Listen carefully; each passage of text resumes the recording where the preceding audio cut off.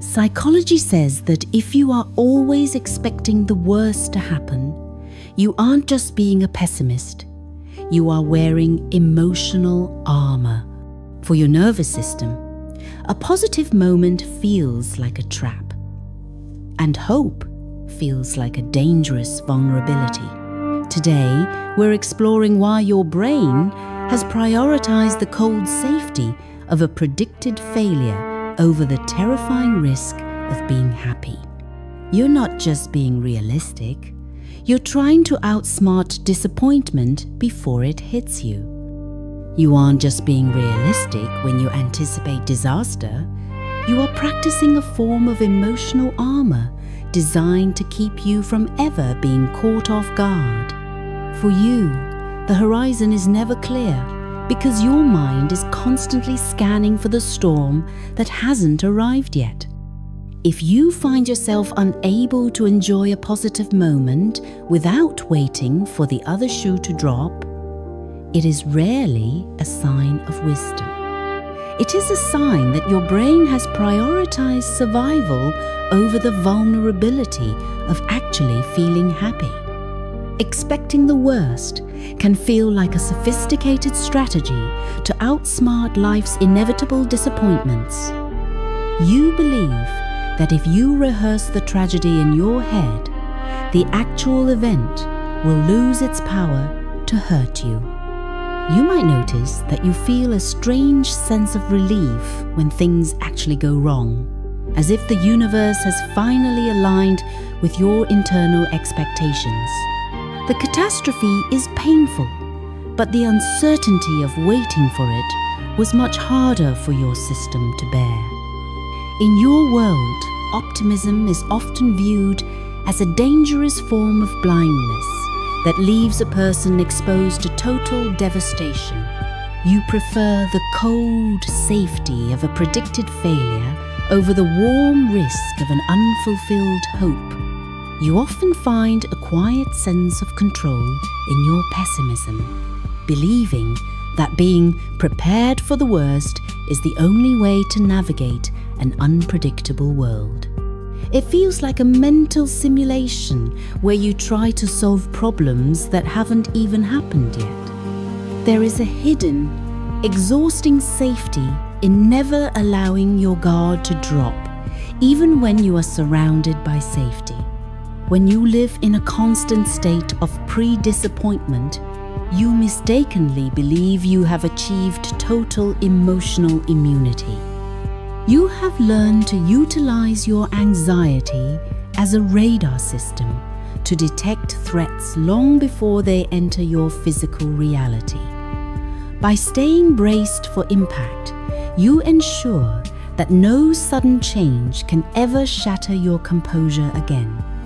This persistent habit of catastrophic thinking is frequently mistaken for a cynical personality trait by those who don't understand your inner world. In reality, it functions as a critical regulatory mechanism that your nervous system uses to avoid the trauma of a surprise. You aren't consciously choosing to be miserable or to drain the joy out of the room. You are simply terrified of the absolute defenselessness that comes with believing that everything might actually turn out okay. It is necessary to pause and clarify that these observations are not a medical diagnosis or a universal rule for every cautious person. We are exploring a specific behavioral pattern of anticipatory dread rather than defining your entire mental health status. This video is designed to explore the psychological mechanism of defensive pessimism. It is not intended to serve as a clinical definition or a replacement for professional treatment for anxiety disorders. This specific pattern does not apply to every individual, as some people prepare for risks without living in a state of emotional crisis. Every person's relationship with the future is shaped by a unique blend of experience and temperament. People who consistently expect the worst often find that their nervous system has been calibrated to a high alert baseline. This baseline makes calmness feel like a trap or a lack of preparation for an impending threat. This pattern applies when an individual repeatedly dismisses positive news or potential successes to focus solely on the ways a situation could fail. They do this to maintain a specific emotional stability that only comes from being right about their fears. This tendency commonly develops when early life environments were unpredictable, where good things were often followed by sudden or unexplained loss. In these homes, being happy was often the moment right before something went terribly wrong. Over years of repetition, the brain begins to associate readiness with the chemical state of high alert anxiety. You start to feel that if you stop worrying for even a second, you are somehow inviting disaster to strike. When the nervous system is calibrated to high levels of cortisol, the quiet of a peaceful day can feel like a dangerous lack of awareness. The mind mistakes silence for the eye of the storm, triggering a return to the safety of catastrophic planning. Consequently, a person might unconsciously trigger a worry loop to re-establish a sense of agency over an uncertain future.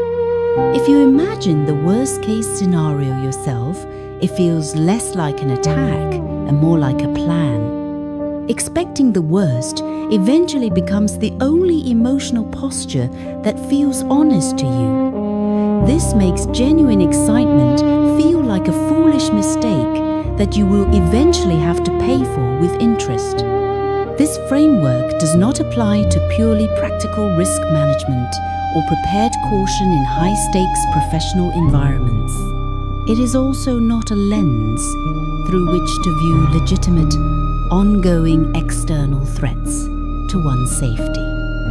I used to think that being a pessimist was just a more intelligent way to live because I was rarely surprised by failure.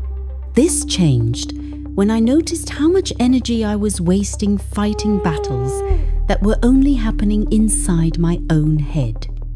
Ask yourself, when a good opportunity arrives, do I feel a physical tightening in my gut that only releases once I've listed 5 ways it could go wrong? Does that list making actually make me feel safer, or does it just keep me in a state of perpetual tension? That specific internal pressure is often the physical signal of a nervous system that is deeply uncomfortable with the vulnerability of hope. Your body is literally craving the shield of your own dread to feel prepared for the world. Recognizing this physical signal allows you to see that your pessimism is often a habit of protection rather than an accurate prediction of the future. It is a mental bunker you have built to hide from the light because you're afraid the sun will burn out. You are not inherently more realistic because you have mastered the art of seeing the worst in every situation. You are simply more practiced at living in the wreckage of tomorrow than you are at inhabiting the peace of today. Learning to tolerate uncertainty without a negative bias is a terrifying skill that requires you to abandon the illusion of control. It asks you to walk into the future without the heavy armor of your anticipated failures. True awareness doesn't require you to become a blind optimist or ignore the very real risks of life. It simply asks you to observe the hand that keeps reaching for the disaster button whenever things start to feel a little too quiet. You are allowed to exist in the present moment without the heavy burden of every possible future failure weighing you down. Your life is not a series of crashes you haven't had yet. It is the ground you are standing on right now. Understanding a pattern doesn't change the core of who you are as a person. It simply changes what you are willing to tolerate or notice in your own internal dialogue. The truth is, you aren't inherently more realistic because you can see the wreckage of tomorrow. You've just become an expert at living in a mental bunker. True strength isn't measured by how well you prepare for disaster, but by the courage it takes to walk into the future without the heavy armor of your anticipated failures. Ask yourself, does your dread actually make you safer, or does it just keep you from living? Let's learn to tolerate the quiet moments together. See you in the next video.